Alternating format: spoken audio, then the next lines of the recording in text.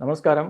கண் திஷ்டி கழியணும் அப்படின்னா, ஜென்ரலாக நம்மளுடைய வழக்கம் பார்த்தீங்க அப்படின்னா, அமாவாசை தோறும் பூசணிக்காய் சுற்றி உடைக்கிறது வழக்கமாக இருக்கும்.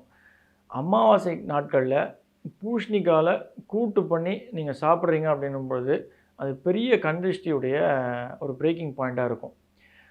அதே போல் கண் திருஷ்டி அறவே போனோம் அப்படின்னா, நிச்சயமாக தேங்காவை உடைக்கிறது ஒரு பெரிய மாற்றத்தை கொண்டு வந்து கொடுக்கும். இது ஏன் நான் சொல்கிறேன் அப்படின்னா, பஞ்சபூத சக்திகளை உள்ளடக்கியது தான் நம்ம முன்னோர்கள் சொன்ன இந்த தேங்காய்.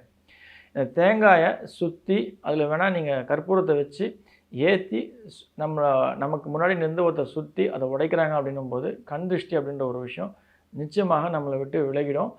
அதே போல் பூசணிக்காவை நான் சொல்லக்கூடியது இந்த வெண்பூசணிக்காய், கல்யாண பூசணிக்காவை சமையலில் சேர்த்து கூட்டாகவோ பொரியலாகவோ நீங்கள் சாப்பிட்றீங்க அப்படின்னும்போது அதே அமாவாசை தூரத்தில் நிச்சயமாக இது கண் திருஷ்டியை விலக்கி காத்துக்கொள்ளும். நன்றி.